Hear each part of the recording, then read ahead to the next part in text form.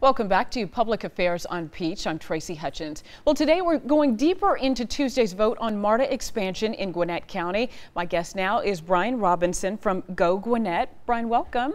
Glad to be here. Tell us a little bit more about Go Gwinnett. That may be, an organization not familiar to everyone. Well, it wouldn't be because it's brand new. Okay. It was created specifically to advocate for a yes vote in Tuesday's referendum, and it is a collection of community leaders, business leaders who are concerned and want to invest in Gwinnett's future. And we do want to talk a little bit more about the rail service as well as bus routes too. So approval of this measure, it would extend rail service from Doraville up to Jimmy Carter Boulevard in Norcross. The question is, when we're talking about light rail, how long would that take?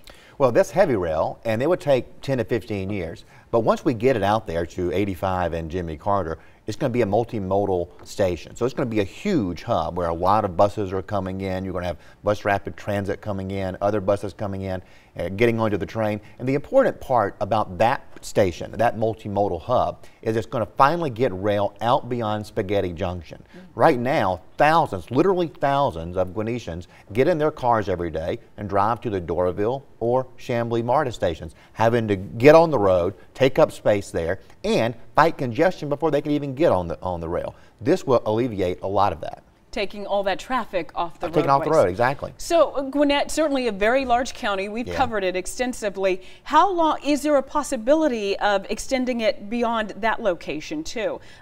Extending rail beyond that so we could take even more commuters off the road? The contract that will be approved on Tuesday, hopefully, just goes to 85 and Jimmy Carter. That's the contract. But the plan envisions even more. Now, this contract provides Gwinnett with a lot of flexibility. One thing that's unique here in this is that the people of Gwinnett will be able to decide what services they get. They'll be able to decide what extensions of services there are in the future. So once this gets up and running, if the people of Gwinnett, or if the revenue's coming in, the federal matching funds are coming in, the fare box has been really fairly healthy, then if they feel like that there's a economic case for extending it up to Gwinnett Place Mall, where that is now on Pleasant Hill, that's certainly a possibility. And I think, hey, dream big. One day you should be able to leave your condo in Midtown, get on a train, and go see a show at Infinite Energy Center on the train, get back on and come home. That would be a long-term dream.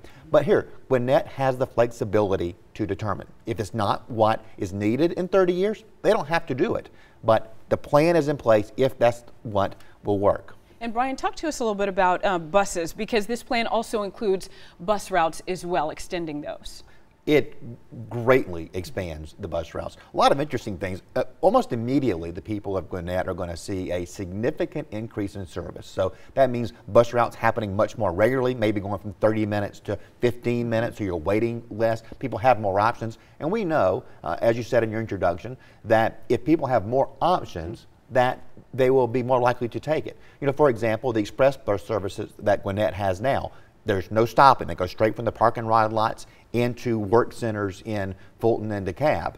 And some people don't take them because, hey, what if they have to get back home in the middle of the day for an emergency?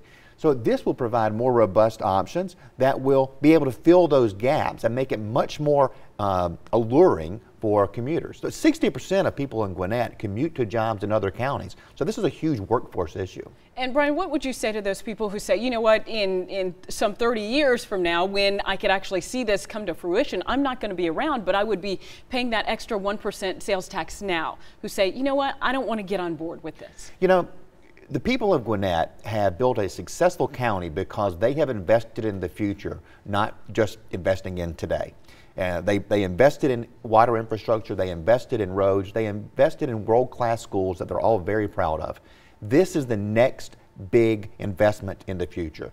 This is for not just this generation, but future generations. But look, even people today will benefit from this. Look at Snellville, where they have a micro-transit option. People can get on an app and a bus comes to their house and picks them up. That's great for people with disabilities, people who are elderly, but also just regular people who need to get to the dentist or to a job. You know?